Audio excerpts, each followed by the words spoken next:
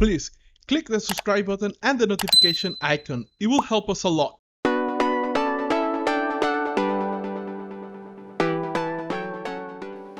It depends on what I'm doing. Right now, I basically have 2 weekly deadlines with the Finnish weekly newspaper strip and Belzebubs. And well, basically, I have these very simple notes in my sketchbook or sketchbooks, like really randomly placed everywhere, where yes, I myself. Yep. Like, why do I have so many? But yeah, they might sometimes help, that you can like plow through the old ideas and see, okay, well, this might fit in this week, and I'll fool around with this idea. Sometimes they might not. So you're basically back to zero. And basically with Beelzebubs, there's single like scenes or gags which need to work on their own, but there is like a storyline evolving, so that sort of helps in improvising something that, okay, well, what needs to happen next? Where do the characters evolve and all that stuff? So you get these natural clues, or like a natural push to a certain like certain way or path, that, okay, well, this might be an approach for this week's strip. Like, for example, if the band is going on tour, okay, well, do they pack the tour bus, or are they already at the gig place, and who are playing with them, and are they setting up the guitars and the instruments? Or like, you get all these sorts of like scenarios in your head, and then you can start fooling around with, okay, what are they talking about? Are they talking about the gig, or are they discussing something off topic? Like, they might be unpacking the tour bus, but talking about, for example, their kids or something completely different. And yeah, that's basically how, for example, Beelzebubs rolls.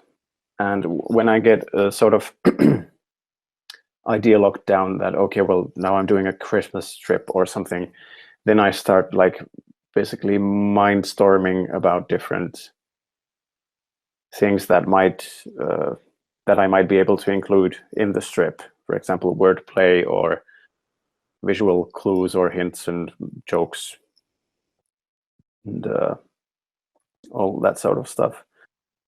So usually I have like a very simple outline, and then I throw in a lot of different ingredients and like compress it into something that well, looks what it looks each week. I think the most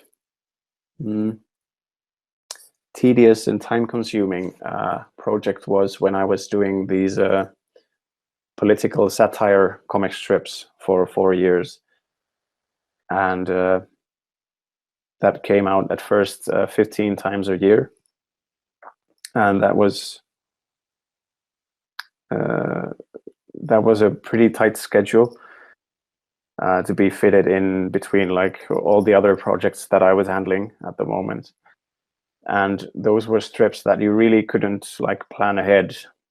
For example, okay, well, I just finished this strip, but you don't have like a frigging magic ball you can like look into and see that, okay, well, tell the future, okay, what's happening in 4 weeks or something. So usually I'd need to cut it really close to the deadline and gather all sorts of like news articles and figure out what's been going on, and what are things that I could actually write about and know enough about.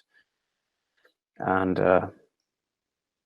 yeah, that project had besides being a contemporary political satire. It had these anthropomorphic animals. So that was another layer that sort of made it more difficult for me, because if I had a politician, I needed to figure out, okay, which animal should it be? And then on top of that, try and make the animal look like the politician, for example. So they needed to be recognizable and all that. And yeah, that project ended up taking way too much time because I was pouring in ideas from wordplay and like color symbolism and referencing to pop culture and blah blah blah. It was like I feel that I was just pouring stuff into a meat grinder and then like squeezing out a strip. But yeah, that was my approach for that project.